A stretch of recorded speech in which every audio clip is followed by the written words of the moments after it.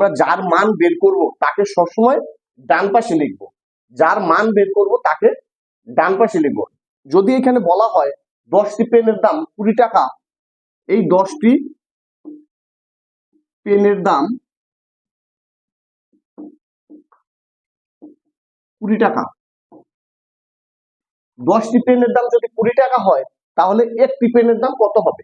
তাহলে দেখো কি বের করতে বলেছে না, একটি পেনের দাম বের করতে বলেছে, টাকাটাকে বের করতে বলেছে। আমরা টাকাটাকে কোন পাশে রেখেছি না ডান পাশে রেখেছি। সবসময় ঐকিক নিয়মের অঙ্ক করার সময় যাকে বের করতে বলবে সেটাকে আমরা কথায় যে লিখবো তার ডান পাশে লিখবো।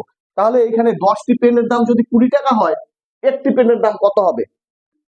নর্মাল যুক্তিতে দেখো 10টি পেনের দাম যদি 20 টাকা হয়, একটি পেনের দাম এই 20 টাকা থেকে কম হবে না বেশি হবে? 10টা পেনের দাম যদি 20 টাকা হয়, একটি পেনের দাম কিন্তু অবশ্যই কম হবে।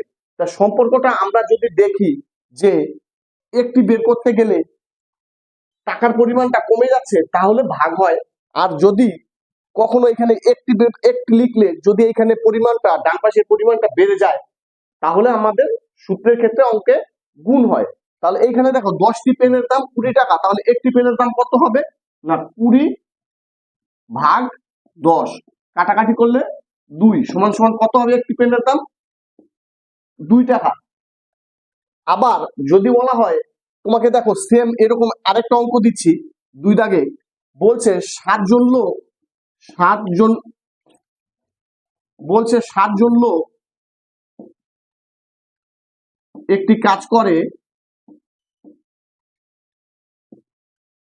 7 জন লোক একটি কাজ করে কত দিনে না 7 জন লোক একটি কাজ করে 14 দিনে। তাহলে একজন লোকে এই কাজটা করতে কতদিন সময় লাগবে? দেখো কি বলেছে আমাকে দিন হিসাবে কতদিন লাগবে, আমরা তার জন্য ওকে ডান পাশে লিখলাম। 7 জন লোক একটি কাজ যদি 14 দিনে করে, একজন লোক কাজটা করতে গেলে 14 দিন থেকে বেশি সময় লাগবে না কম সময় লাগবে? 7 জন একসাথে করে বলে 14 দিনে হয়, একজন যদি একা একা কাজটি করে তাহলে এই 14 দিনের চাইতে বেশি লাগবে। যখনই এই সম্পর্কটা এখানে একদিন বের করার পরে সম্পর্কটা আমরা দেখবো বেড়ে যাচ্ছে না কমে যাচ্ছে। আমি একটু আগে বলেছিলাম যদি সম্পর্কে বেড়ে যায় তাহলে গুণ হয়, আর যদি সম্পর্কে দেখা যায় কম হয় তাহলে ভাগ হয়। দেখো 10টি পেনের দাম 20 টাকা, একটি পেনের দাম অবশ্যই 20 টাকা থেকে কম, তাই 20 ভাগ 10 করলাম আমরা। ঠিক 7 জন লোক কাজ করে 14 দিনে, একজন লোক কাজ করবে কত দিনে? অবশ্যই 14 দিনের চাইতে বেশি দিন লাগবে। 7 জনে যদি 14 দিনে করতে পারে, একজন লোকে একা একা করতে গেলে তো 14 দিনের চাইতে বেশি লাগবে। বেশি লাগলে কি হবে? পাশাপাশি গুণ হবে, 14 গুণ 7। গুণ করলে কত হবে? দেখো 4 7 28 8, হাতে 2, 7 থেকে 7 আর 2 9, 98। তাহলে যদি একজন লোক একা একা কাজটি করতে চায় তাহলে তার 98 দিন সময় লাগবে।